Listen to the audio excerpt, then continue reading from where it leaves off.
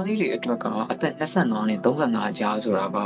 ဘဝအတွက်ပေါ့နော်တကယ်ကိုကြောင်းလဲမှုအများဆုံးအခြေအနေဖြစ်တယ်။အနာဂတ်အတွက်အခြေအနေတွေတည်ဆောက်နေတဲ့ပုံစံတွေဖြစ်တယ်ပြီးလို့ရှိရင်ကိုတည်ဆောက်နေတဲ့ကိုယ့်ကိုကြိုးစားပြီးတော့တည်ဆောက်နေရတဲ့အခြေအနေဖြစ်တယ်ပေါ့နော်။အဲ့ဒီအခြေအနေလို့ကျွန်တော်အခက်အခဲတွေအများကြီးနဲ့ကြုံရနိုင်တယ်ဒါတွေကတာမန်ပဲပေါ့နော်။ဘလို့အခက်အခဲမျိုးတွေကြုံရလဲဆိုတော့ကျွန်တော်ဒီမှာပြောပြပေးမယ်။အခက်အခဲ၅ခုရှိတယ်။ပထမတစ်အခက်အခဲကတော့အသက်မွေးဝမ်းကြောင်းဆိုင်ရာအခက်အခဲတွေကြုံရတယ်။ငွေကြေးမတည်မြဲခြင်းတွေပေါ့နော်အလုံးလုံးနေပြီမဲ့ကျွန်တော်တို့ရတဲ့အလုပ်ရဲ့လာစာတွေကကျွန်တော်တို့ရဲ့အသုံးဆောင်တွေအတွက်တော့မှ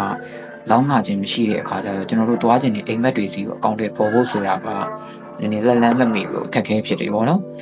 အလုပ်ကံတည်မြဲတာတွေရှိတယ်တခါလေကျတော့ကျွန်တော်တို့ကအလုပ်မှာအဆင်မပြေတဲ့အခါကျတော့ဒီအလုပ်ကနေထွက်ပြီးတော့ကိုယ်ပိုင်အလုပ်လုပ်မယ်ဆိုတဲ့စိတ်နဲ့ကြိုးစားရပြီးလို့ရှိရင်အလုပ်လုပ်တယ်ပေါ့နော်ဒါပေမဲ့ကျွန်တော်တို့မှာကအရင်းကြီးကလည်းနေတယ်ပြီးလို့ရှိရင်ကျွန်တော်တို့အတွေ့အကြုံနဲ့နေတာဖြစ်တဲ့အတွက်ကျွန်တော်တို့ရဲ့ဆုံးရှုံးမှုတွေဖြစ်လာပြီးတော့ပြန်ပြီးတော့အလုပ်လုပ်ရတဲ့အရာတွေရှိတယ်ပေါ့နော်။ဒီမှာကျွန်တော်တို့တစ်ချက်သိထားရမှာပေါ့နော်ကျွန်တော်တို့အောင်မြင်မှုဆိုတာကအဆုံးသတ်မဟုတ်ဘူးပေါ့နော်အဲ့လိုပဲအရှုံးဆိုတာကလည်းကျွန်တော်တို့ရဲ့အဆုံးသတ်မဟုတ်ဘူးတို့ပေမဲ့အရှုံးဆိုတာကျွန်တော်တို့ရှေ့ဆက်သွားဖို့အတွက်ရည်တွက်လို့ရတဲ့အရာတစ်ခုသာဖြစ်တယ်ဆိုတော့မှတ်ထားဖို့လိုတယ်။ဒုတိယအချက်အနေနဲ့ကတော့ဆက်ဆံရေးဆိုင်ရာပြဿနာတွေဖြစ်လာနိုင်တယ်။ဘယ်လိုမျိုးလဲဆိုလို့ရှိရင်မိသားစုနဲ့ပတ်သက်ပြီးတော့ပေါ့နော်ကိုယ်ပိုင်ဆုံးဖြတ်ချက်တွေကြားထဲမှာပြိပခါတွေဖြစ်လာနေတယ်မိဘတွေကကျွန်တော်တို့ရဲ့သဘောထားနဲ့တိုက်ဆိုင်တဲ့လုပ်တွေလုပ်စေခြင်းတွေတို့ရဲ့သဘောထားနဲ့အဆင်ပြေတဲ့အိမ်တော်ရေးတွေကိ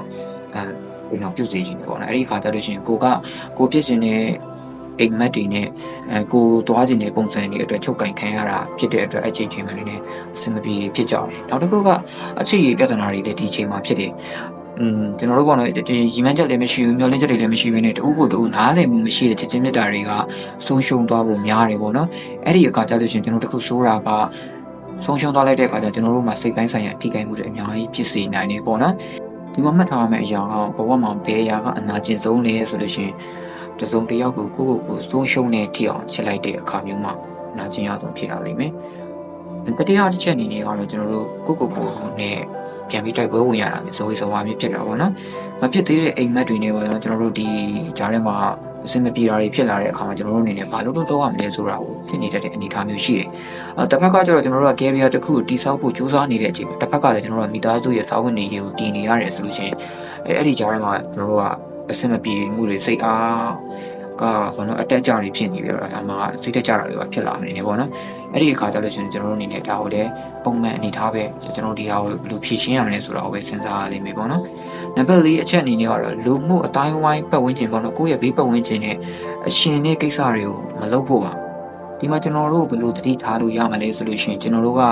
အဲ့ဒီအချိန်ကာလပေါ့နော်ကိုယ့်ရဲ့ career life တစ်ခုကိုစပြီးတော့အားနေတဲ့အချိန်မှာဆိုလို့ရှိရင်ကျွန်တော်တို့ကိုလူကြိုက်များမှလည်းမဟုတ်ဘူးပြီးလို့ရှိရင်တခါလေကျတော့ကျွန်တော်တို့နေတဲ့ပတ်ဝန်းကျင်ကကျွန်တော်တို့သွားနေတဲ့ရည်မှန်းချက်နဲ့မအပ်ဆက်တဲ့သူတွေပေါ့နော်ကိုပတ်ဝန်းကျင်ကဒီအကြောင်းပြောလို့သူတို့နားလည်းမလည်ဘူးသိလည်းမသိဘူးဆိုလို့ချင်းကိုအနေနဲ့သွားရတာအရင်အထီးကျန်လုံးနေပေါ့နော်အဲ့ဒီခါကျလို့ချင်းတခါလေကျလို့ချင်းကိုကတခြားသူကိုကြည့်လိုက်တဲ့အခါကျလို့ချင်းသူတို့ကအောင်မြင်နေပြီးတော့ကိုကတော့ဘာမှမဖြစ်မြောက်သေးဘူးဆိုပြီးတော့စိတ်ကြတယ်ပေါ့နော်အဲ့ဒီဟာမျိုးတွေအတွက်ဆိုလို့ချင်းကျွန်တော်တို့အနေနဲ့ကတစုံတစ်ယောက်နဲ့နှိုင်းရှင်တာကကျွန်တော်တို့ရဲ့ပျော်ရွှင်မှုတွေကိုပို့ယူသွားစေနိုင်နေပေါ့နော်ဒီအရာလေးကိုမှတ်ထားတင်တယ်အဲ့တော့ကျွန်တော်တို့တခြားတစ်ယောက်နဲ့နှိုင်းရှင်တာမျိုးတွေမလုပ်ပါနဲ့နော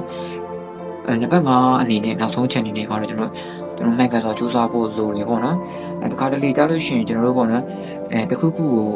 ဒီဟာကတော့မဖြစ်နိုင်တော့ပါဘူးကွာဆိုပြီးတော့မှစိတ်ထဲမှာချမ်းမထားဘဲနဲ့ကျွန်တော်လုံးသိနေထင်တဲ့အရာတွေကိုလုပ်ဖို့လိုတယ်ပေါ့နော်ဒါကဘယ်လိုမျိုးလဲဆိုလို့ရှိရင်ကျွန်တော်တို့ဘဝမှာကျွန်တော်တို့လက်ရှိအခက်အခဲတွေလည်းအများကြီးကြုံနေကြတယ်ပုံမှန်လေးပြောရရင်ရှိတယ်အများကြီးဆက်ပြီးကြုံရမှာပေါ့နော်အဲ့တော့ကျွန်တော်တို့က